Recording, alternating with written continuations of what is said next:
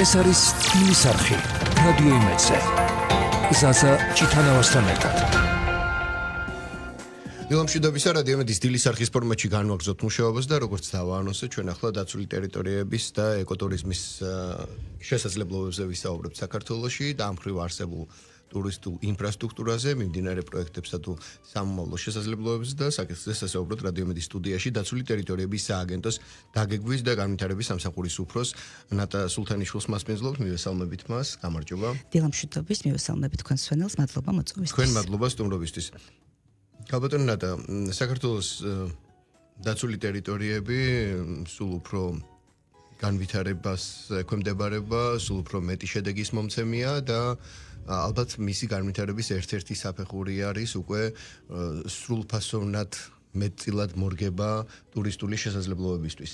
ამის ჩემი აზრით პირველი და მკვეთრი ნაბიჯი იყო ამ მიმართულებით გადადგმული ალბათ ტურისტული საფეხმავლო ბილიკები.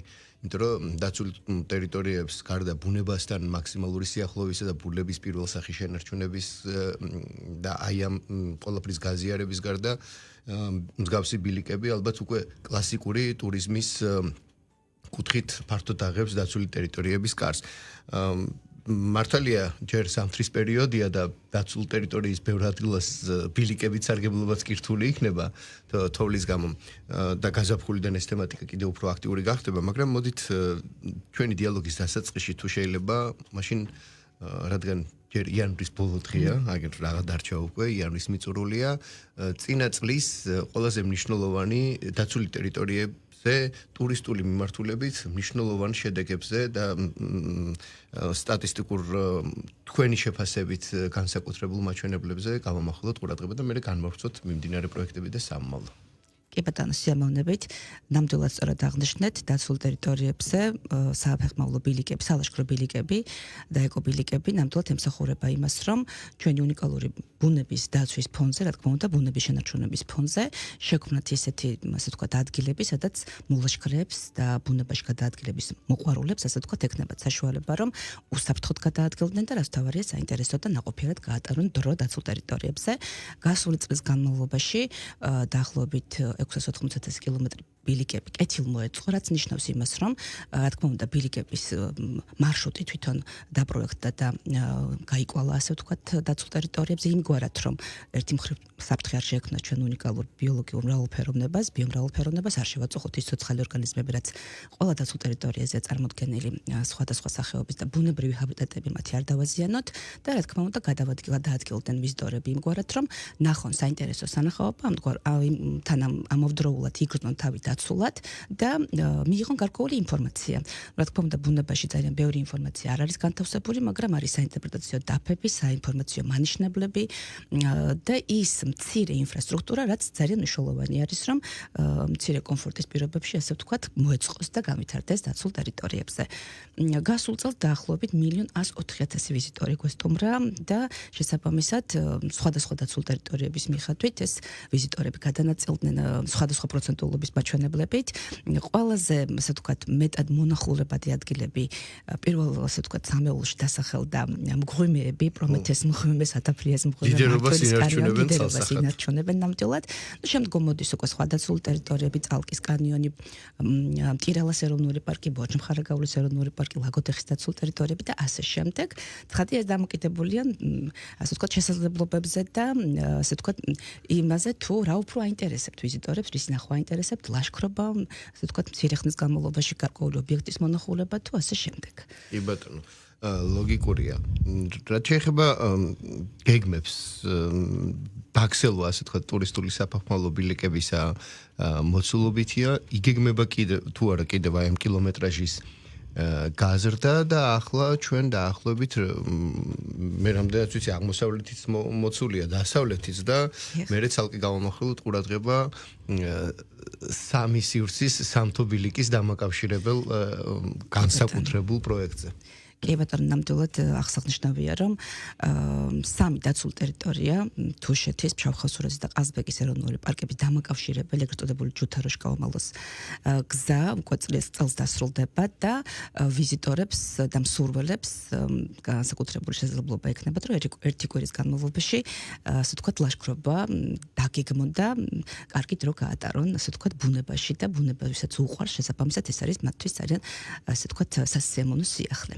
რაც შეეხება დაფარვის ზონას, რა თქმა უნდა, როგორც მოგეხსენებათ და აღნიშნავ, რომ ჩვენ საქართველოში 100 დაცული ტერიტორია გვაქვს, მათ შორის არის 15 ეროვნული პარკი და სხვა კატეგორიები IUCN-ის კრიტერიუმების მიხედვით და სადაც, ასე ვთქვათ, შესწავლის საფუძველზე საშუალება არის, რომ ბუნების ფონზე, ასე ვთქვათ, ეკოტურისტული თვალსაზრისით განვავითაროთ სხვადასხვა სერვისები და მათ შორის სალაშქრო ბილიკები მოვაწყოთ, რა თქმა უნდა, ამას დაცული ტერიტორიების სააგენტო ყურადღებას აქცევს და აგრძელებს მუშაობას. შესაბამისად ახალი დაცული ტერიტორიები, სადაც ჯერ კიდევ ასე ვთქვათ დასაგეგმია და პროექტირება უნდა გაკეთდეს და შემდგომ მოეწყოს უკვე სალაშქრო ბილიკები იქნება თუ სხვა თანმდევი ინფრასტრუქტურა, ცხადი ეს გეგმაში არის. და შესაბამისად წელსაც და მომავალ წლებში, რა თქმა უნდა, ძალიან მნიშვნელოვანი სამუშაოები განხორციელდება ამ მიმართულებით. ძალიან მნიშვნელოვანი არის კიდევ ერთხელ გავუსმევ ხაზს, რომ იქ, სადაც განსაკუთრებული ჩვენი ბუნებრივი ფასეულობები ინახება და ჩვენი ქვეყნისთვის ძალიან განსაკუთრებული მნიშვნელობა აქვს, ცხადია, ამ ყველაფრის გათვალისწინებით იგეგმება და პროექტირდება, ასე ვთქვათ, ისაფეხმავლო ბილიკები, ეს იქნება, ვთქვათ, ახალდაცულ ტერიტორიებზე, მაგალითად, იგივე გურიის ეროვნულ პარკში, რაჭის ეროვნულ პარკში, კვერეთის საკვეთილში და ასე შემდეგ. სხვათა შორის იმ დაცულ ტერიტორიებზე, სადაც ერთმანეთთან დასაკავშირებელი ბილიკები შეიძლება, მაგალითად, ახსენეთ კინტრიში და მტირელას ეროვნული პარკი, მაგალითად, მათი დამაკავშირებელი გზებით, ცხადია ამ მიმართულებითაც განსაკუთრებული ყურადღება ექცევა, რომ მოლაშქრეებს, ესე ვთქვათ, მივცეთ საშუალება, რომ უფრო მეტი დრო გაატარონ, ასე ვთქვათ, ადგილზე და ისარგებლონ ადგილობრივი სერვისებით. კი ბატონო. ერთია დაცული ტერიტორიების როგორც მისი კლასიკური გაგებით არსებობა, მეორეა მისი მრავალფეროვნების მაქსიმალური შესაძლებლობების ათვისება და მესამეა ამ მიმართულებით შექმნილი ინფრასტრუქტურის ფონზე მოსული სტუმრების შესაბამისად მიღება თუ გამკლავება. ანუ რეინჯერების მზაობა ამ ყველაფერთან მიმართებაში, იმიტომ რომ მათ ტურისტული ვიზიტით მისული ადამიანის გარდა ისედაც აქვს ფლომად საქმე და საყურადღებო აქტივობა მათ ასე ვთქვათ ჩანაწერში ბევრია, რასაც უნდა მიაქციონ ყურადღება და აი ეს მულტიფუნქციურობისთვის კიდევ ერთი პუნქტის დამატება რამდენად რეალურია და ზოგადად როგორია მათი გადამზადების თუ ამ ხრივ შესაძლებლობების დონე. კი ბატონო, ძალიან კარგი და დროული კითხვა არის, იმიტომ რომ რეინჯერები, რომლებიც საქართველოს დაცულ ტერიტორიებზე მუშაობენ და მთელი ქვეყნის მასშტაბით გვაქვს მოგხსენებათ დაცულ ტერიტორიები ფაქტიურად და დღე და ღამ ნებისმიერ ამინდში იცავენ, ასე ვთქვათ, ჩვენს უნიკალურ ბუნებას და ძალიან კეთილშობილურ და მნიშვნელოვან საქმეს აკეთებენ, ცხადია, ჩვენი ქვეყნისთვის და კიდევ ერთხელ მათ დიდი მადლობა ამისათვის. რა თქმა უნდა, საჭიროებენ, ასე ვთქვათ, სხვადასხვა მიმართულებით კვალიფიკაციის ამახლებას, ასე ვთქვათ. იმიტომ რომ გარდა იმისა, რომ ისინი იცავენ ბუნებრივ მემკვიდრეობას, იცავენ ტყეს, იცავენ ჭარბტენიან ტერიტორიებს, ბუნებრივ ჰაბიტატებს, სხვადასხვა სახეობებს აკეთებენ, ასე ვთქვათ, დაკვირვებას, მონიტორინგს აწარმოებენ და ასე შემდეგ. ცხადია, მათ უწევთ, როგორც თქვენ აღნიშნეთ, ვიზიტორების დახვედრა, ინფორმაციის მიწოდება მათთვის, მათი უსაფრთხოების, ასე ვთქვათ, უსაფრთხოებაზე ზრუნვა და შესაბამისად ნებისმიერი ინფორმაცია, რაც დაცულ ტერიტორიებზე ხდება, უნდა, ასე ვთქვათ, მიაწოდონ ვიზიტორს, რომ ვიზიტორი უსაფრთხოდ გადაადგილდეს და თავი იგრძნოს უფრო კომფორტულად ველურ ბუნებაში. მოგხსენებათ, ძალიან მნიშვნელოვანი არის ეს. ამიტომ სხვადასხვა მიმართულებით გადამზადება რეინჯერების ძალიან მნიშვნელოვანი არის, რა თქმა უნდა, კერძო ვიწრო სპეციალობის მიმართულებით და წყლის დაცვა, როგორიც არის პირველადი დახმარება და ასე შემდეგ. თუმცა დაცული ტერიტორიების სააგენტო ამ ეტაპზე მუშაობს საგანმანათლებლო ინსტიტუტებთან ერთად, განათლების და მეცნიერების სამინისტროსთან ერთად, რომ წლის განმავლობაში შევქმნათ განსაკუთრებული, ასე ვთქვათ, სასწავლო კურსი, მოდული რეინჯერებისათვის სპეციალურად, რომელიც ამ მულტიფუნქციურ, ასე ვთქვათ, შესაძლებლობებს კიდევ უფრო გაუძლიერებთ, ცოდნას მისცემთ და მეტუნარებს, რომ თავიანთი დაკისრებული მოვალეობა უფრო ჯერ უნდა შეასრულონ. კი ბატონო. ერთია დაცული ტერიტორიების სივრცე, დაახლოებით იმ ფორმატში დავსვაკითხავს, როგორც ამას წინანდელი. მეორეა აგერ უკვე გადამზადება გავლილი და მზა რეინჯერი და ინფრასტრუქტურით გამყარებული სივრცე, რომელიც კიდევ უფრო მეტ ტურისტს ელოდება. თქვენ ახსენეთ, რომ მილიონზე მეტი ვიზიტორი ყავდათ და ლოგიკურია, რომ მათი უმეტესობა მოდის დასავლეთ საქართველოს, კონკრეტულად მარტვილის და კანიონების იმ საოცარ მოცემულობაზე, რაც ალბათ მიმზიდველს ხდის გარდა ბუნებრიობისა, იმ თვალსაზრისით, რომ არის მოკლევადიანი. მივიდნენ 9 საათი, 1 საათი, 10-9-იანი აქტივობა მაქსიმუმ და ერთ-ერთი აქტივობა ტურისტული პაკეტის ფარგლებში. თუმცა ძალიან ბევრი ვიზიტორიც კი და შეიძლება ტურისტულ კომპანიაში მომუშავე და ტურისტულ სივრცეში არსებული ადამიანი ვერც ათვიცნობიერებს, რომ ეს არის დაცული ტერიტორია და არა უბრალოდ რაღაც ერთ-ერთი კონკრეტული ატრაქცია.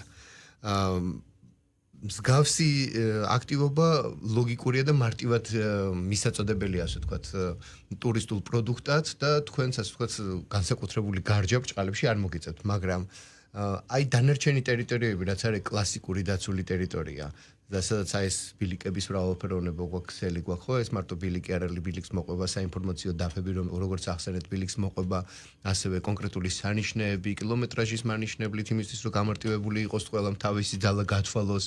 აქვე აღნიშნავ, რომ ჩვენ გვაქვს სტანდარტის შესაბამისად 3 დონე, ხო? მარტივი, რომელიც ყვითელი ფერით არის, წითელი, რომელიც არის საშუალო, ლურჯი უკვე პროფესიული კი ხო? რაღაც მომზადებლად წასვლა ნამდვილად არ ღირს, ხო? ანუ ასეთი მრავალფეროვნება რო გვაქვს, გადასარევია, თუმცა მეტი რაოდენობით ტურისტების აი კლასიკურ დაცულ ტერიტორიაზე მიზიდვა, სადაც საფეხმავლო ბილიკზე გაივლიან და ეს ასევე მინიმუმ საპიკნიკე ინფრასტრუქტურებსაც მოიცავს ყველაფერთან ერთად და თავშესაფარს. აი იქ მე ვფიქრობ, რომ ცოტა მეტი გარჯა გვჭირდება იმისთვის, რომ აი ეს კულტურა ჩვენთან განვავითაროთ და მეტი ვიზიტორი მოვიდეს, მეტი ტურისტი, მეტი სტუმარი მოვიდეს. ევროპული ქვეყნებისთვის ეს, ხო, შვეიცარიული ალპებისთვის ეს უკვე განუყოფელი კულტურის ნაწილია, ხო? კანადა იქნება თუ ამერიკის შეერთებული შტატები. მოკლედ ორი სეგმენტია. ერთი, როდესაც აქ გზად არის როგორც ბუნებრივი შესაძლებლობა, ინფრასტრუქტურა და რეინჯერი, მეორეა ორი კატეგორიის ადამიანი მოვიდეს, ხო და მოვიყვაროთ, ასე ვთქვათ, ამ ადგილებში. ერთი არის ადგილობრივი, რომელმაც ალბათ უნდა გამოიმუშაოს ეს კულტურა ალბათ და მეორეს მხრივ ამ ბილიკების მაძებარი მოყვანა ადვილია, მაგრამ არის ისეთ ქვეყნები, სადაც ეს ასეთი გართობა თუ ტურისტული კულტურა, ასე ვთქვათ, ნაკლებია და მათი მოზიდვას. აი მარკეტინგული თვალსაზრისით რა შესაძლებლობებს ხედავს და რამდენად გრძნობთ იმის პერსპექტივას, რომ ჩვენ ეს მილიონზე მეტი რას გვემბრძანეთ, მკვეთრად შეგვიძლია ალბათ გავზარდოთ, იმიტომ რომ ჩვენი მაინც ალბათ პირველი სავიზიტო ბარათი არის ბუნებრივი შრეების შენარჩუნებული დღევანდელ დღეს რაც იშვიათობაა ზოგადად. კი ბატონო, ნამდვილად სწორად ბრძანეთ. ნამდვილად ჩვენი ბუნებრივი ბიომრავალფეროვნება, ბუნებრივი ფასეულობა, საგანძური მე ვიტყოდი, რაც ჯერ კიდევ საქართველოში გვაქვს, ნამდვილად იშვიათი არის მთელს დედამიწაზე და ამას მოწმობს ის, რომ რამდენიმე დაცულ ტერიტორიას საერთაშორისო აღიარებაც აქვს და სპეციალური სტატუსი აღნიშნავ მაგალითად ნამდვილად კოლხეთის ეროვნული პარკი, ქობულეთის დაცული ტერიტორიები, ჯავახეთის დაცული ტერიტორიები, რამსარის კონვენციით არის დაცული როგორც საერთაშორისო მნიშვნელობის ჭარბტენიანი ტერიტორიები, სხვათა შორის 2 თებერვალი ჭარბტენიანი საერთაშორისო მნიშვნელობის ჭარბტენიანების დღეა და ჩვენ ვიწყებთ ამის მიმართულებით კამპანიას უკვე კვირაოს. ბოლოს მე მგონი შარშან 2 თებერვალს იყავით, თუ სწორად მახსოვს. ნამდვილად აღნიშნეთ ერთად 2 თებერვალი, კი ბატონო. და ასევე იუნესკოს როგორც მსოფლიო ბუნებრივი მემკვიდრეობის უბნები 4 დაცული ტერიტორია, მათ შორის კოლხეთის ეროვნული პარკი, ქობულეთის დაცული ტერიტორიები, კინტრიშის დაცული ტერიტორიები, მტირალას ეროვნული პარკი, სადაც განსაკუთრებული მნიშვნელობის კოლხური ტყეები და ჭარბტენიანი ტერიტორიები და ასე შემდეგ, ასე ვთქვათ, დაცული ტერიტორიების ღირებულებები ძალიან დიდი არის და ასე ვთქვათ, როგორც ჩვენთვის ეროვნული მნიშვნელობა აქვს განსაკუთრებით, ასევე საერთაშორისო, როგორც თქვენ ბრძანეთ.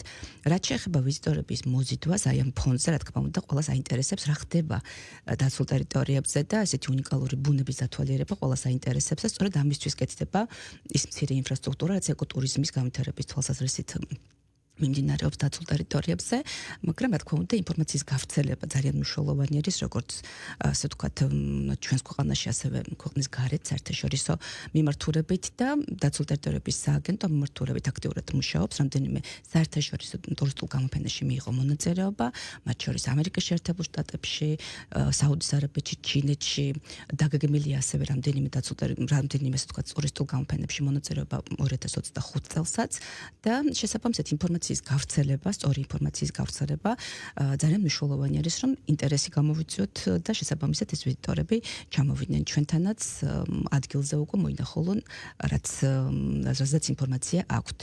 და ვფიქრობ, რომ სწორედ აი ამის შედეგი არის, რომ ასე ვთქვათ, წლიდან წლამდე დაცულ ტერიტორიებზე ვიზიტორთა რაოდენობა იზრდება. რაც შეეხება ქართველ და უცხოელ ვიზიტორებს შორის, რა თქმა უნდა, ქართველებიც სტუმრობენ დაცულ ტერიტორიებს, იმიტომ რომ ჩვენი ქვეყანა, ჩვენ ალბათ იმაზე კარგად უნდა ვიცოდეთ, ვთქვათ, ვიდრე ვიცით ამ დრომდე, თუმცა აი ბოლო წლებში შეინიშნება ის ტენდენცია, რომ ქართველი ვიზიტორებს ოჯახებთან ერთად სტუმრობენ დაცულ ტერიტორიებს, თუმცა 59% არის დაახლოებით მათი ვიზიტორებს შორის და დანარჩენი არის უკვე მოდის უცხოელ ვიზიტორებზე, საერთაშორისო ვიზიტორებზე, რომელიც ჩვენთან ჩამოდიან. ჩემი აზრით, ალბათ შემეცნებითი პროექტების მრავალფეროვნება ძალიან დაგვეხმარებოდა, იმიტომ რომ მაშინ როდესაც გაქვს პირობითად ქვემო ქართლში სამშვილდის ხავსი ობიექტი, რომელსაც დაემატა კიდე ქვევით ძალიან საინტერესო საფეხმავლო ბილიკი, რომელიც კიდე უფრო სხვანაირად წარმოაჩენს ამ ადგილს. ან მაგალითად მარიამ ჯვარი, რომელიც ვთქვათ, თამამად სხვებთან შედარებით ნაკლებად პოპულარულია, ხო? თუმცა ამ დროს იქაც საფეხმავლო ბილიკია, ტბა არის და ასე შემდეგ, თავისი მრავალფეროვნებით გამოირჩევა. ერთია აი ასეთი შედარებით ნაკლებად ცნობილი დაცული ტერიტორიების წარმოჩენა, როგორც მოსანახულებელი ადგილების და მეორე, ჩემი აზრით, ვფიქრობ, რომ დროთა განმავლობაში ზაფხულის პერიოდში დამსვენებლები, რომლებიც იქნებიან ზღვის პირას, უკაცრავად ალბათ მათთვის ძალიან საინტერესო და კიდევ დამატებითი აქტივობა უნდა იყოს კოლხეთის ეროვნული პარკის, ქობულეთის, კინტრიშის, ტირალას სივრცეების გამაერთიანებელი ბილიკით დატვირთვა იმ ზაფხულის დღეებისა, ხო, იმიტომ რომ ზღვა დამთა რაღაც ერთ სიბრტყეში გაქვს და აქედან ზღვის გადახედვა და ვთქვათ ამ ზედა სივრციდან ამ 4 ადგილის პირობითად მოვლა აჭარის იქნება თუ გურიამდე ჩასვლა, არ ვიცი. ხო, მრავალფეროვანია და პრინციპში ეს ყველაფერი რაც შეიძლება მე ხშირად უნდა დაინახონ ალბათ პრაქტიკაში და ვფიქრობ საუკეთესო იქნებოდა ამ ხრივ სკოლის მოსწავლეებისთვის კონკრეტული აქტივობების შეთავაზება. კი ბატონო, გეთანხმებით აბსოლუტურად და ძალიან სწორად ვდანეთ, იმიტომ რომ სკოლის მოსწავლეები საერთოდ საგანმანათლებლო დაწესებულების წარმომადგენლები არიან ის ძირითადი ძალა, რომელთაც ყველაზე მეტად სჭირდებათ ახალი ინფორმაციის მიცემა და ასე ვთქვათ, ინფორმაციის მიღების ფონზე უკვე ადგილზე გაეცნო სიტუაციას. დაცულ ტერიტორიების სააგენტო აქტიურად თანამშრომლობს განათლების და მეცნიერების სამინისტროსთან წლების განმავლობაში და შესაბამისად სხვადასხვა ასაკობრივი ჯგუფისთვის წლის განმავლობაში ვგეგმავთ და ვახორციელებთ ხოლმე სხვადასხვა შემეცნებით საგანმანათლებლო პროექტებს, მაგალითად შარშა მქონდა დიდი გრანდიოზული პროექტი ვიცავ ჩემი ქვეყნის ბუნებას ამ სათაურით და ამ პროექტის ფარგლებში სხვადასხვა გარემოს დაცვითი დღე აღენიშნა და მათ შორის ეროვნული პარკების კვირეული, რომელიც აპრილის ბოლოს აღენიშნება. წელსაც ახლა დაგეგმარების პროცესში ვართ, ასე ვთქვათ და შესაბამისად გსურს, რომ ყველა რეგიონის სკოლის მოსწავლემდე მივიდეს ინფორმაცია და ჩაერთოს ამ კონკურსში. იქნება რა თქმა უნდა საინტერესო პრიზებიც, ჩვენ ამას შემდგომ ინფორმაციის სახით უფრო ზუსტ ინფორმაციას გავვრცელებთ ცხადია საგანმანათლებლო დაწესებულებებში, თუმცა ის რაზეც გაამახვილეთ ყურადღება, რომ სკოლის მოსწავლეები არის ძალიან მნიშვნელოვანი სამიზნე სეგმენტი, რომელიც ნამდვილად უნდა ფლობდეს სწორ ინფორმაციას და გქონდეს სწორი დამოკიდებულება თავის ქვეყნის ბუნების შენარჩუნების მიმართულებით, დაცულ ტერიტორიების მიმართულებით, გარემოს დაცვის სფეროში ზოგადად და მათთვის მოეწყოს შესაბამისად სპეციალური ტურები დაცულ ტერიტორიებზე, შემეცნებითი ტურები, ეს ძალიან მნიშვნელოვანი არის. ჩვენ გვაქვს ერთი საგანმანათლებლო, ასე ვთქვათ, პროექტი, ნორჩი რეინჯერის პროგრამა, რომელიც, ასე ვთქვათ, საერთაშორისო პროგრამა არის და ჩვენც მათთან გავცვლით, ასე ვთქვათ, ინფორმაციები და გამოვიტანეთ ამერიკის შეერთებული შტატების გამოცდილება, რომელიც მოიცავს სხვადასხვა აქტივობას, მათ შორის არის რეინჯერის მიერ, ასე ვთქვათ, იგივე ფოტოხაფანგების დაყენება, ინფორმაციის გაშიფრვა, ბილიკების კეთილმოწყობა, როგორ ხდება სხვადასხვა სახეობაზე დაკვირვება, მონიტორინგი, ასე ვთქვათ, და სხვადასხვა საქმიანობა, რასაც რეინჯერი ჩვენ თანამშრომლები აწარმოებენ იღებენ ველზე დაცულ ტერიტორიებზე, ამის გაცნობა ყველაფრის იგივე როგორ უნდა მოხდეს კვალის გაცნობა, რომელი სახეობის იყო, რომელი ცხოველის იყო თუ ასე შემდეგ. და ძალიან საინტერესო, ასე ვთქვათ, პროგრამებია სხვათა შორის, ძალიან სიამოვნებით ერთვებიან, განსაკუთრებით როგორც თბილისის, ასევე იმ დაცულ ტერიტორიების მიმდებარე სკოლების მოსახლეობა, სადაც კონკრეტულად რომელიმე დაცულ ტერიტორიაზე ხორციელდება ეს პროექტი. წელსაც გაგრძელდება ცხადია, უფრო გავამრავალფეროვნებთ და რა თქმა უნდა, უფრო მეტი აქტიურობით ვიმუშავებთ საგანმანათლებლო დაწესებულებებთან. კი ბატონო, და ბატონო, ჩვენ დიალოგის მიწურულს წლევან ჩვენ შარშანდელი წლის შედეგებით დავიწყეთ ასე ვთქვათ და წლევანდელი წლის წელს მიმდინარე პროექტებიდან რომელია განსაკუთრებული ყურადღების საგანი ან რამესია ახალს ხო არ იწყებთ და ასევე დავსვამდი აქვე ვისარგებლებ კითხვას, შემთხვევით ვისარგებლებ და კითხვას დავსვამ დასავლეთ საქართველოში კიდევ ერთი უნიკალური მღვიმე, რომელშიც შიგნით კიდევ ჩანჩქერი გვაქვს, მისი შეფასების ეტაპი დასრულდა თუ არა და იქ ინფრასტრუქტურის მოწყობის პერიოდი როდიდან დაიწყება უკვე. კი ბატონო, სიამოვნებით მოგახსენებთ ჩვენ სამომავლო გეგმებთან დაკავშირებით, რა თქმა უნდა, ის ძირითადი მიმართულებები, რაც დაცულ ტერიტორიების, ვთქვათ, მიზანია დაცულ ტერიტორიების სააგენტოს ძირითადი, ასე ვთქვათ, საქმიანობა არის ბიომრავალფეროვნების მონიტორინგი, ჰაბიტატებზე ზრუნვა, დაცულ ტერიტორიების დაცვა, ასე ვთქვათ, ბრაკონიერებთან ბრძოლა, ასევე ეკოტურიზმის განვითარების თვალსაზრისით, სხვადასხვა სერვისების დანერგვა, კეთილმოწყობა დაცულ ტერიტორიების, იმიტომ რომ ეკოტურიზმი, როგორც მოგახსენებათ, ეს არის ძალიან მნიშვნელოვანი. ერთი მხრივ, რა თქმა უნდა, ქვეყანა ინარჩუნებს თავის უნიკალურ ბიომრავალფეროვნებას და ცხადია, ამის ფონზე ის მცირე ინფრასტრუქტურა, რაც დაცულ ტერიტორიებზე კეთდება, იზიდავს ვიზიტორებს, თუმცა ძალიან მნიშვნელოვანი არის ამავდროულად ყველა რეგიონში ის, ასე ვთქვათ, ტრადიციული კულტურა იქნას წარმოჩენილი ვიზიტორებისათვის, რომ მათ შეძლონ, ასე ვთქვათ, სხვადასხვა სერვისის შეთავაზებით მოსავლის წყაროს მიღება. შესაბამისად, ამ კუთხითაც, რა თქმა უნდა, ვმუშაობთ. გარკვეულ, ასე ვთქვათ, პროექტებზე უკვე გავამახვილე ყურადღება მათ შორის ცნობიერების ამაღლებაზე, საერთაშორისო გამოფენებში მონაწილეობის მიღებაზე და რა თქმა უნდა, დაცულ ტერიტორიების ქსელი იზრდება. ეს არის პრიორიტეტული მიმართულება, რა თქმა უნდა, დაცულ ტერიტორიების სააგენტოსთვის. ჩატარდა რამდენიმე რეგიონში დამატებითი კვლევები, ასე ვთქვათ, რომელიც საშუალებას მოგცემს გაანალიზების შემდგომ უკვე კანონის საფუძველზე განსაზღვროთ რა კატეგორიის დაცულ ტერიტორია შეიძლება დაარსდეს, მათ შორის იგივე რაჭის ეროვნული პარკის გაფართოების კუთხით, რაჭის რეგიონში ზოგადად კიდევ რა ბუნების ძეგლები, დაცული ლანდშაფტი თუ ასე შემდეგ რა შეიძლება კიდევ რომ დაარსდეს, ბოლო ეტაპზე ვართ უკვე ამ კვლევების, მათ შორის სვანეთის რეგიონში, სამეგრელოში, დეჩხუმში და შესაბამისად ვფიქრობთ, რომ დაცულ ტერიტორიების ქსელი წელს კიდევ უფრო გაიზრდება და რაც შეიძლება მეტი ადამიანი ჩაერთვება დაცულ ტერიტორიების მართვაში.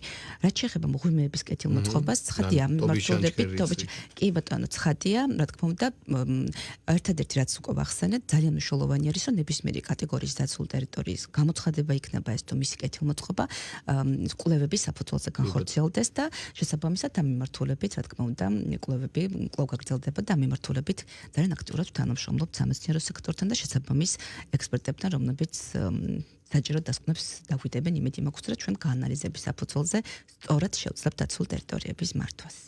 გასაგებია, მადლობა კიდევ სტუმრობისთვის. წარმატებულ წელს გისურვებთ და წარმატებულ საქმიანობას დაცული ტერიტორიების სააგენტოს დაგეგმვის და განვითარების სამსახურის უფროსი ნატა სულთანიშვილი იყო ჩვენი სტუმარი. მასთან ჩვენი დიალოგი აიტვირთება რადიო იმედის Facebook გვერდზე, ვასრულებს სტუმართან საუბარს, წინ გელოდებათ სპორტის სიახლეების მორიგ გამოშვებას, სულ საათზე კი ახალ ამბებს მოისმენთ. მადლობა. დიდი მადლობა.